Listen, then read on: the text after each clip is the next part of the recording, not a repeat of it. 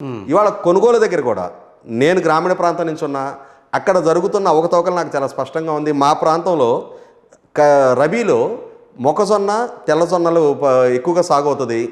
ఈ తెల్లజొన్నలు రైతు భరోసా కేంద్రం తరపున కొనుగోలు కేంద్రాలు ఏర్పాటు చేసి వాటి ద్వారా ఒక్కొక్క ఆర్బీకేకి 5,000 టన్నులు టార్గెట్ ఇచ్చారు కొనుగోలు చేయాలని చెప్పని. రైతాంగం నుంచి 150 రూపీస్ పర్ క్వింటా ఎదురు స్థానిక నాయకులు కిక్ బ్యాక్ తీసుకున్నారు. మీకు ప్రభుత్వ మద్దతు ధర ఇవ్వాలి అని అంటే మాకు ఒక 150 రూపాయలు క్వింటాకి ఇవ్వండి అని చెప్పని. అంటే రైతు తన పంటతో పాటుగా ఒక క్వింటాకి 150 రూపాయలు వీళ్ళకి చెల్లిస్తేనే వాళ్ళకి ప్రభుత్వ మద్దతు ధర దక్కింది. అంటే ఈ రకమైన దోపిడీ ఇది రైతాంగంలో చాలా విస్తృతంగా చర్చనీయాంశంగా, ఎందుకంటే డైరెక్ట్గా ఎఫెక్ట్ అవుతుంది రైతులు. ఓకే, ఇవాళ రైతాంగం ఒక 40 ఏళ్ల నాడో 30 ఏళ్ల నాడులాగా అవగాహన లేని స్థాయిలో లేరు ఇవాళ. ఎందుకంటే ఇవాళ సమాచారం ప్రతి వాకిటి ముంగట ఉంటుంది. రైతులు చదువుకున్న వాళ్ళ పిల్లలు చదువుకొని ఉంటున్నారు. ప్రపంచవ్యాప్తంగా ఉండే వాళ్ళ సమాచారం మొత్తం ఇవాళ ప్రతి రైతు కూలీకి కూడా అందుబాటులో ఉంటుంది. ఇటువంటి సందర్భంలో పోల్చి చూసుకోలేనంతటి అమాయకులు, అవగాహన లేని వాళ్ళు కూడా రైతులు కాదు, రైతు కూలీలు కాదు. ఇవాళ 2019 ఎన్నికలకు ముందు పాలకుడుగా ఉన్న చంద్రబాబు నాయుడు గారు ఆ రోజు ఏం చేస్తానని వాగ్దానం చేశారు. ఆయన ఏం చేయలేకపోయారని చెప్పి ఆయన ఓడించాం మనం. జగన్మోహన్ రెడ్డి గారు ఏం చేస్తారని ఆశించి ఈయన గెలిపించుకున్నాం. ఈయన పరిపాలనా పరంగా ఇవాళ ఈయన పరిపాలన దక్షత ఏ స్థాయిలో ప్రదర్శిస్తున్నారు, ఈయన పరిపాలన మన జీవితాల మీద ఎటువంటి ప్రభావం చూపించింది, ఇవన్నీ బేరీజ్ వేసుకొని ఒక స్థిర నిర్ణయానికి రాగలిగిన పరిజ్ఞానం ఇవాళ 5 కోట్ల మంది ఆంధ్ర ప్రజల్లో ఉంది. ఎందుకంటే ఏ పౌరుడు కూడా not at the cost of his life, his career. Of course అది కరెక్టే. కానీ నేననేది ఏంటంటే గ్రాస్ రూట్ లెవెల్లో, అంటే మీ గ్రామీణ ప్రాంతాల్లో కానీ ఏదైతే అక్కడ అనుకోవచ్చు, కానీ వాళ్ళు ఎలా ఉన్నారు, వాళ్ళకి అందిన పథకాలు ఏంటనే విషయం మీద వాళ్ళకి కొంత అవగాహన ఉండొచ్చు. కానీ middle class people, higher middle class people వాళ్ళకు ఒక అవగాహన ఉంది.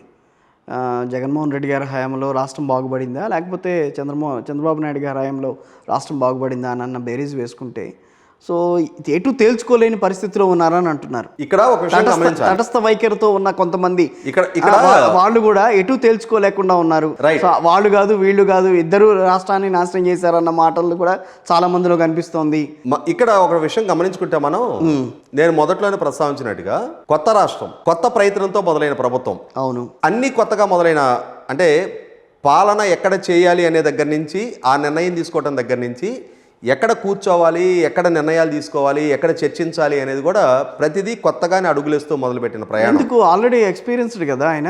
నేను అనేది ఎక్కడ కూర్చోవాలి అనేది ఏమీ వేదిక లేని ప్రాంతం కదా ఆ రోజు. అలాంటప్పుడు హైదరాబాద్లోనే ఉండిపోవచ్చు కదా, అక్కడికి ఎందుకు వెళ్తాం? హైదరాబాద్లో శాశ్వతంగా ఇక్కడ ఉండి రాష్ట్రం అక్కడ, ప్రజలు అక్కడ, ఇక్కడ ట్యాక్సెస్ ఎందుకు పే చేయాలి వీళ్ళకి? అంటే దానికి ఇచ్చారు కదండి. ఇప్పుడు ఆంధ్రప్రదేశ్కి ఎంత వస్తుంది అమౌంట్, తెలంగాణకి ఎంత వస్తుంది లేదు, దాంట్లో లేదా? ఆర్టికల్ 6 అదే, సెక్షన్ 6 కింద అదే చెప్పారు కదా. హైదరాబాద్ లో స్థిర నివాసం ఉండి హైదరాబాద్ లో ట్యాక్స్ సబ్మిషన్స్ జరిగితే అది హైదరాబాద్ రెవెన్యూనే తప్ప ఆంధ్రప్రదేశ్ రెవెన్యూ కాదు. మీకు ఉమ్మడి రాజధానిలో రెవెన్యూ షేరింగ్ లేదు. ఓకే, ఉండటానికి ఆస్కారం ఉంది తప్ప రెవెన్యూ షేరింగ్ ఆస్కారం లేదు ఉమ్మడి రాజధానిలో. కాబట్టి ఇవాళ వేల మంది ప్రభుత్వ ఉద్యోగులు ఉన్నారు. ఏ రోజుకైనా అక్కడికి వెళ్ళి నిలబడక తప్పదు. కాబట్టి కొద్ది రోజులు ఇబ్బందులు ఎదురైనా సరే మన ప్రస్థానాన్ని మొదలు పెట్టుకోగలమనే ఆత్మవిశ్వాసంతో అడుగేశారు, దాన్ని సాధ్యం చేసుకున్నారు. ఆ చేసుకున్న సందర్భంలో నేను ఇందాక మీరు మధ్యతరగతి, ఎగువ మధ్యతరగతుల గురించి ప్రస్తావించారు కాబట్టి చెప్తున్నా. చంద్రబాబు నాయుడు గారు 5 సంవత్సరాల టెన్యూర్లో not even a single time ఒక్కసారి కూడా కరెంటు ఛార్జీలు పెరగల. జగన్మోహన్ రెడ్డి గారి ప్రభుత్వ హయాంలో ఇప్పటికి 8 సార్లు కరెంటు ఛార్జీలు కానీ ట్రూ అప్ ఛార్జీలు కానీ పెరిగినాయి. స్లాబ్ ఆర్డర్లు కుదించబడినాయి. అంటే 50 యూనిట్లతోటి మొదలయ్యే స్లాబ్ ఆర్డర్ 30 యూనిట్లకి, అంటే 50 యూనిట్ల వరకు ఉండే స్లాబ్ని, మినిమం స్లాబ్ని 30 యూనిట్స్కి కుదించడం జరిగింది. అంటే 50 యూనిట్లకి పరిమితం అయి ఉండేది ఏ కేటగిరీ?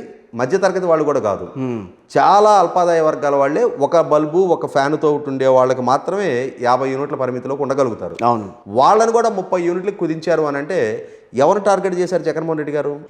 ఏ స్థాయిలో ప్రజలు ఎఫెక్ట్ అయ్యారు? 8 సార్లు కరెంటు ఛార్జీలు పెంచడం జరిగింది.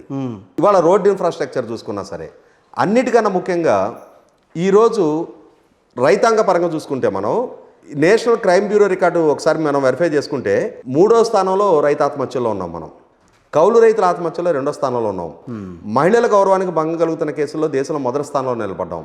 ఇవాళ ఉమెన్ ట్రాఫికింగ్ పరంగా చూసుకుంటే 2 లక్షల మంది వాళ్ళ వ్యభిచార కోపంలో మగ్గుతూ ఉన్నారు. దానికి ఎక్కడ ఆనవాళ్ళు కనిపించలేదులేండి. మీరు మన రికార్డ్స్ మనం మాట్లాడుకోవడమే కానీ నిజంగా అక్కడ జరిగిందా లేదా అన్న విషయం మాత్రం ఎవరు చెప్పలేదు. నేను చెప్తున్నది వ్యభిచార కోపంలో మగ్గుతున్నారు అన్నా, నేను మిస్సింగ్ అంటలా 2 లక్షల మంది.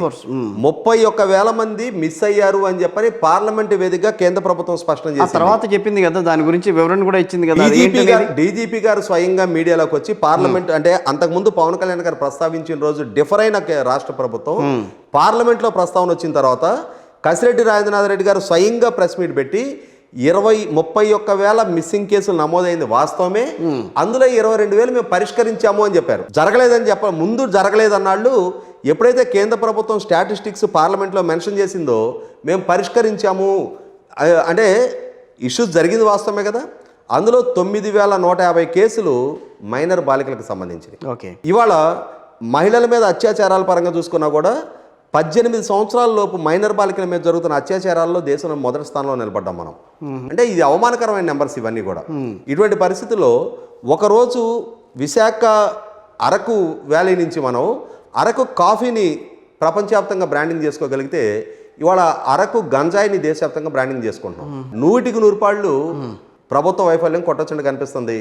మీరు అనంతపూర్ జిల్లా నుంచి శ్రీకాకుళం జిల్లా వరకు ఏ వర్గాన్ని ఏ ప్రాంతాన్ని చూసుకున్నా కూడా జగన్మోహన్ రెడ్డి గారు 2019కి ముందు కల్పించిన ఆశలు, ప్రజలు ఆయన మీద పెట్టుకున్న నమ్మకం, ఆయన వెనక ర్యాలీ అయిన తీరు, ఇవాళ పాలకుడుగా ఆయన పరిపాలనా దక్షత పరంగా చూసుకున్నప్పుడు ఆయన ఏం చెప్తున్నారు, నేను 2,40,000 కోట్ల రూపాయలు డీబీటీ ద్వారా ప్రజలకు సంక్షేమ పథకాలు చేర్చాను అంటున్నారు.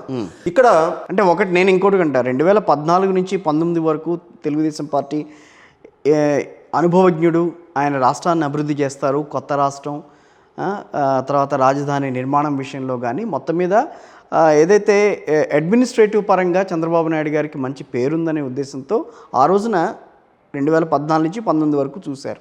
సో అక్కడ జరగలేదనే కదా 19లో మళ్ళీ ఇంకొకరికి అవకాశం కల్పించింది. అవునా కాదా? ప్రజలకి చంద్రబాబు నాయుడు గారి కన్నా జగన్మోహన్ రెడ్డి గారి మీద మెరుగైన అంచనాలతోటి ఎన్నుకోవడం జరిగింది ఆయన్ని.